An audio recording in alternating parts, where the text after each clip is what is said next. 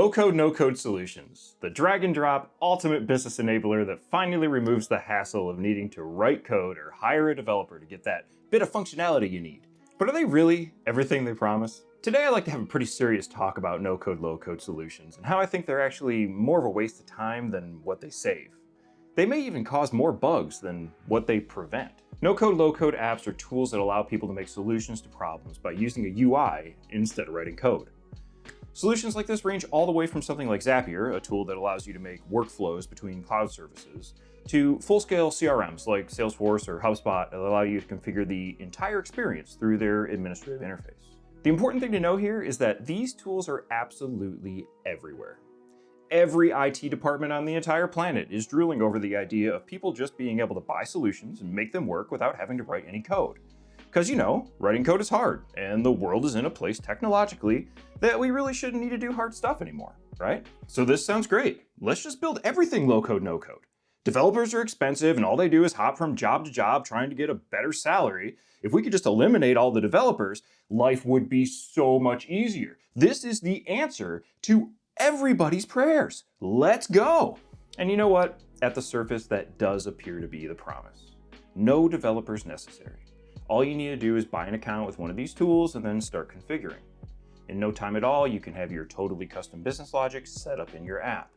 Just click all the right buttons in just the right sequence, and ta-da! You've just made yourself a thing with no developers, just administrators. If you look around, there's a ton of no-code solutions for almost everything. For apps, there's Flutterflow. For websites and e-commerce, there's Wix and Squarespace.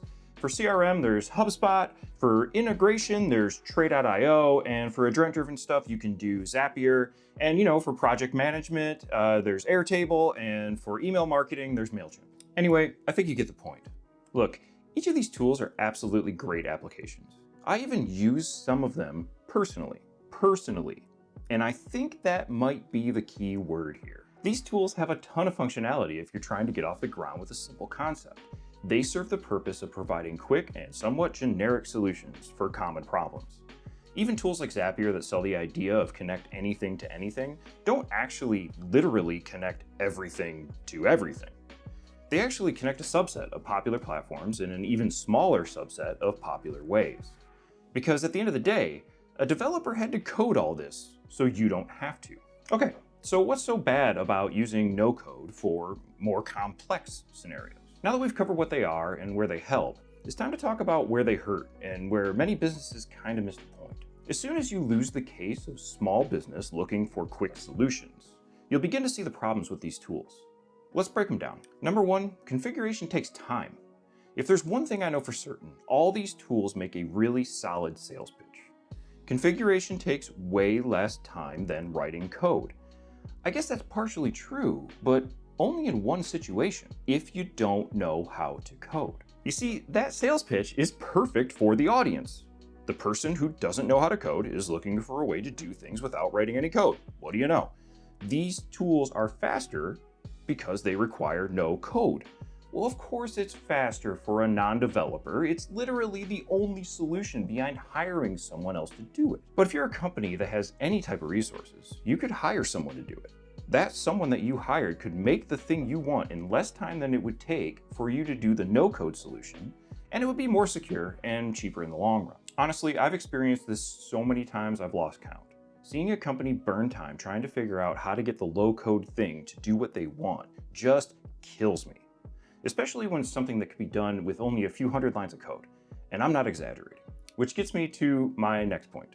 Number two, custom means no compromises. Even if you could use a no-code solution to solve all your problems, you'll probably find that it's not perfect. You'll probably have to make some compromises to your vision or do some workarounds to make the problem solvable with the no-code solution.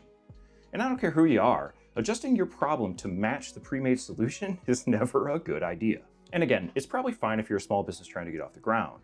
But if you're a larger company, you probably don't want to use these types of workarounds or hacks. If you didn't use the no-code solution and instead built a solution that exactly solved your problem, you won't have to deal with the bugs later down the road. On top of that, having a solution in one tight package instead of a ton of little widgets and configurations makes maintenance down the road way easier. And that takes me to my next point. just exactly how many tools do you need? When it comes to these low-code solutions, probably just one of them won't be the unicorn you're looking for. In many cases, you'll have to tie several of them together to get the final outcome you need. Have you ever seen how a virus spreads? Yeah, it's kind of like that. At some point, the simple solution starts to look exactly the opposite. Unraveling all of the config to try to figure out how something works a year later becomes incredibly challenging. It might work for now, but will you honestly be able to make changes to it later without spending a ton of time relearning exactly what you did? And that leads me to my next point. Throughout all of this stuff, where's the documentation? Most well-written custom apps have documentation. If you have developers or are a developer that has any type of experience, you'll either write docs for your app or even maybe write apps that document themselves. With no-code solutions, you don't get any of that. At best, you might get a visual that shows how the integrations tie together, but most of the time it's just going to be a bunch of screens of config, and someone else will have to unravel that after the first admin leaves for a better job. And speaking of better job, specialist admins are also expensive. The whole developers are expensive and admins are cheap thing is a pile of you-know-what. I've personally seen a single developer make a focused custom app that would take 3 administrators to make in a no-code solution. So let's do some math on that. Actually, I don't even think it takes real math. 3 administrators cost more than 1 dev any day. Additionally, some low-code application experts are in super high demand right now. I don't think you'll find them sticking around at your company any longer than a developer would. Plus, how long someone stays at a company really has nothing to do with their pay at the end of the day. So it all comes down to one question. I think it's pretty easy to see that there are pros and cons to using no-code solutions. Sometimes they're exactly what you need. Sometimes they cause more harm than good. So how do you choose? Well, I think the answer is after reviewing the functionality of the solution, does it solve your problem easily? If you can confidently say yes to that question, go for it. But if you hesitate for even a second and think a low-code solution might be almost what you need but not quite, I'd strongly advise you to avoid trying to make it work. Thanks for sticking around to the end. Until next time, happy coding. Or clicking, I guess, if that's what you choose.